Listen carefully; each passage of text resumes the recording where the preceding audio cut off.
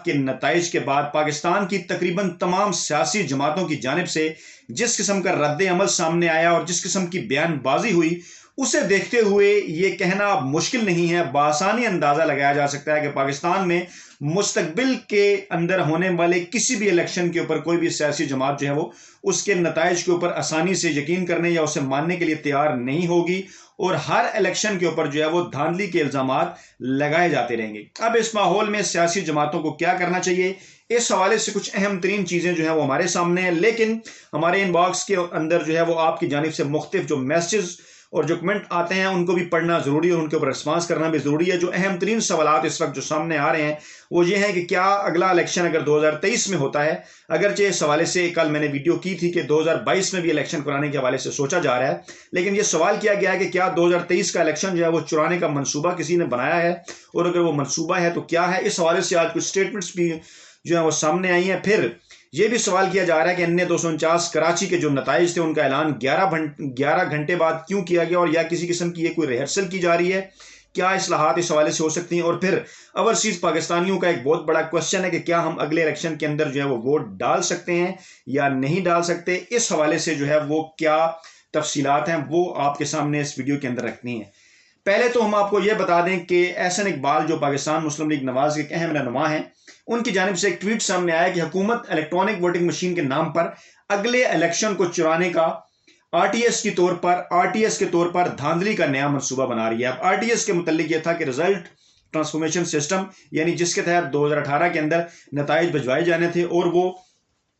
काफी देर में जाके काफी रिजल्ट भिजवाए जाने के बाद उसके अंदर कुछ रुकावट पैदा हुई, वो बैठ गया, जिसके ऊपर हम वीडियोस भी कर चुके हैं, हमारे साथी यूट्यूबर्स भी, कि उसकी क्या वजह थी, कैसे उसके ऊपर प्रेशर आया, कतन उसका कोई तल्लुक धांधली के साथ नहीं था, लेकिन उन्होंने अपने ट्वीट में यह कहा कि उस जैसा कोई मनसूबा बनाया जा रहा है। फिर वो फरमाते हैं हसन इकबाल साहब कि इंतखाबी इस्लाहात इलेक्शन कमीशन का मैंडेट है जिसे उसे सियासी जमातों की मुशावरत से करना होता है। किसी ऐसी स्कीम को जो हुकूमती सरपरस्ती में तैयार हो उसे मंजूर नहीं किया जाएगा। ये पाकिस्तान मुस्लिम लीग नवाज के रहनुमा है, सेक्रेटरी जनरल एहसन इकबाल, उनकी जानिब से जो है ये बयान सामने आया है कि इस किस्म का कोई मंसूबा जो है वो हुकूमत बना रही है ईवीएम यानी इलेक्ट्रॉनिक वोटिंग मशीन के जरिए। अब ये क्या मामला है, ये बयान जो है वो क्यों देने की उन्हें जरूरत पेश आई, खबर इस हवाले से क्या है। खबर इस हवाले से अंदर की खबर यह है कि वज़ीर आज़म पाकिस्तान इमरान खान ने ये तमाम तर मामला को देखते हुए, अगरचे वो इंतखाबी इस्लाहात के बड़े दाई हैं, वो ये चाहते हैं कि अपोजिशन जमातों से बात भी की जाए। फवाद चौधरी को इसीलिए जो है वो आगे लाया गया है, दीगर लोग भी इस हवाले से अपोजिशन के साथ रब्ता करने की कोशिश में मसरूफ हैं,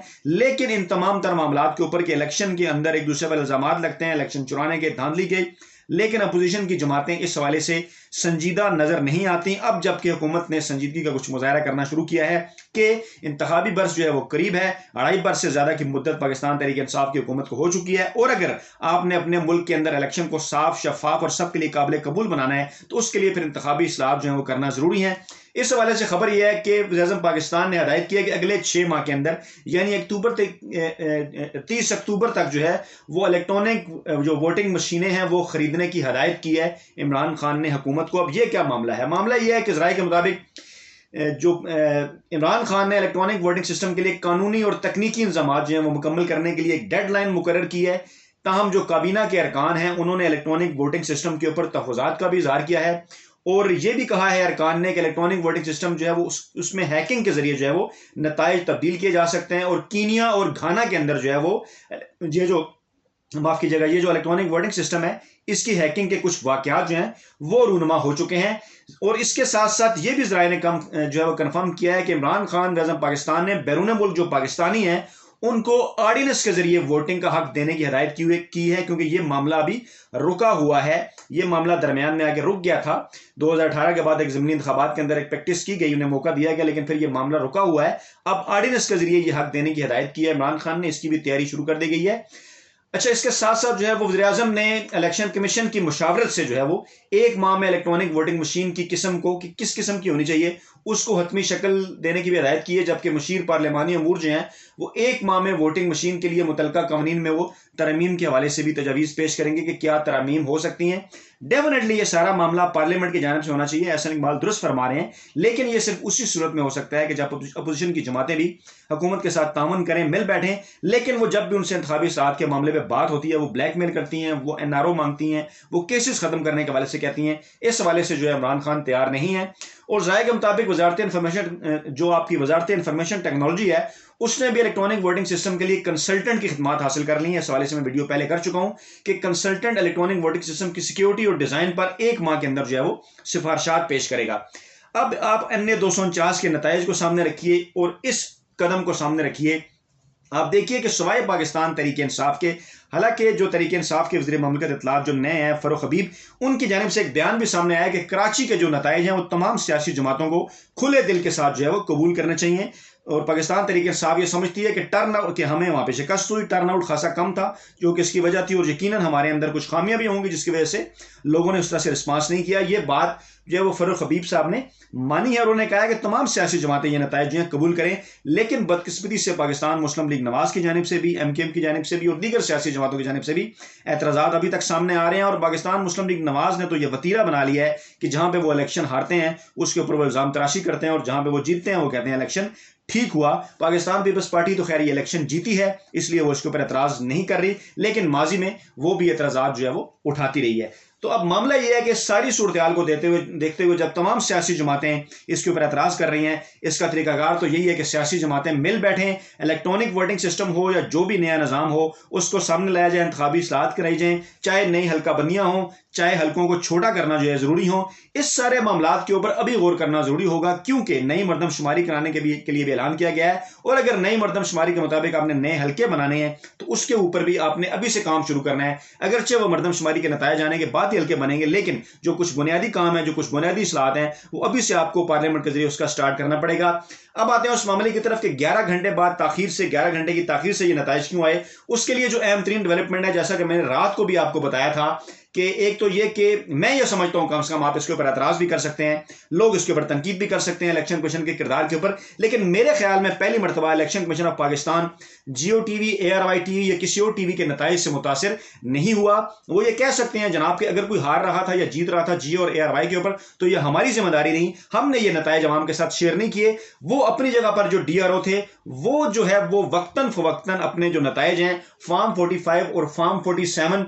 के साथ साथ जो है वो शेयर करते रहे। ये एक बात पॉजिटिव थी।